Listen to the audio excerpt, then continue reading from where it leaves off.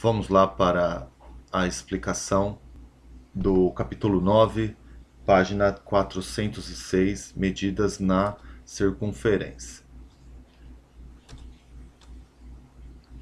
Bom, introdução, né? Como é que surgiu, qual foi a origem, o que motivou o homem a dividir a circunferência, uma circunferência em 360 partes iguais e denominar cada uma dessas partes como grau. A historinha está aí. Então, milhares de anos antes de Cristo, o homem vivia exclusivamente do cultivo, ou quase exclusivamente do cultivo. E para ter sucesso, para poder sobreviver, ele precisava, era uma necessidade, ele precisava saber qual era a época certa do ano, melhor para plantar, para poder ter uma boa colheita. Então surgiu a necessidade de se estudar o movimento do Sol, da Lua, dos planetas e das estrelas.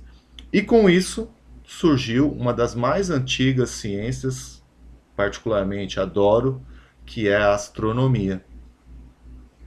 Então, para o desenvolvimento da astronomia, foi necessário desenvolver uma outra ciência, outros conhecimentos, que foram os conhecimentos na área de geometria. E foi nessa época que um sábio grego, Hiparco, não se tem certeza se ele foi o primeiro a pensar nisso. É que os registros têm desta contribuição dele. Então, ele percebeu a necessidade de medir uma circunferência com os seus arcos, ou seja, os pedaços. Para isso, ele dividiu em 360 partes iguais, criando a unidade que nós conhecemos hoje como grau. Aposto que vocês nunca se perguntaram, poucas pessoas se perguntaram isso já. Por que 360 partes? Poderia ter dividido em 200, em 260, em 380, em 300. Por que que ele dividiu em 360 partes? Não vou responder, não. Vou deixar essa pergunta aqui lá no fórum de perguntas e comentários. Quero ver vocês pesquisando ou não. Acredito até que não seria nem necessário ir buscar na internet já a resposta.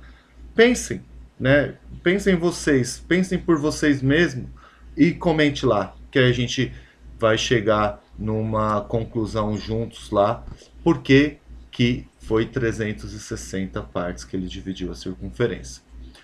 Vou deixar aqui uma videoaula da professora, muito bem explicado, muito bem detalhado, uma ótima videoaula, relembrando vocês as operações de adição e subtração com medidas de ângulo. Então, só para vocês verem lá, para vocês relembrarem. Eu quero somar 32 graus e 42 minutos com 17 graus e 30 minutos. Então, essa videoaula aí vai ajudar vocês a relembrar para que vocês possam fazer as atividades. Próximo assunto, ângulo central. Muito fácil, muito simples. O ângulo central está no centro da circunferência. E aí, este ângulo central tem uma única propriedade. Ele tem a mesma medida do seu arco. Ou seja, o arco e o ângulo central têm a mesma medida. Uma coisa que a gente já viu na aula, já fiz na lousa com vocês lá, é que quando a gente tem esse ângulo central aí, a circunferência é dividida em dois arcos. Lembra que eu falei? Depende do sentido. Eu posso pegar esse arco AB e correr ele no sentido anti-horário e dizer que o arco AB é essa parte maior que está aí no sentido anti-horário aí para a esquerda. Ou eu posso dizer que o arco AB é o arco menor, que é o que está aí na frente, no sentido horário. Como é que eu sei qual que é o arco? Então ele vai indicar, tem uma indicação de aonde você está levando em consideração. Poderia também, que foi o que eu fiz na lousa com vocês, poderia também colocar um outro ponto qualquer, C, um exemplo, C na parte de trás aqui.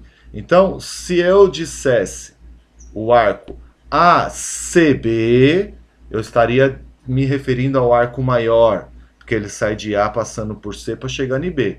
Se eu disser simplesmente o arco AB, aí eu sei que eu estou me referindo ao arco menor. Beleza? Isso é só para relembrar. O importante aí é o seguinte: o ângulo central tem a mesma medida do arco. Se o ângulo central é de 30 graus, o arco é de 30 graus. Se o ângulo central é de 90 graus, o arco será de 90 graus. Beleza? Orientação de estudo não saiu. Saiu sim. Na apostila, né, os exercícios da apostila, já expliquei para vocês a diferença. Na apostila serão estes exercícios e os do caderno, que são os exercícios do Em Casa, do 3 ao 9 da página 417. Beleza? Abraço, espero vocês lá no fórum de discussões e na live daqui a pouco. Abraço aí para vocês.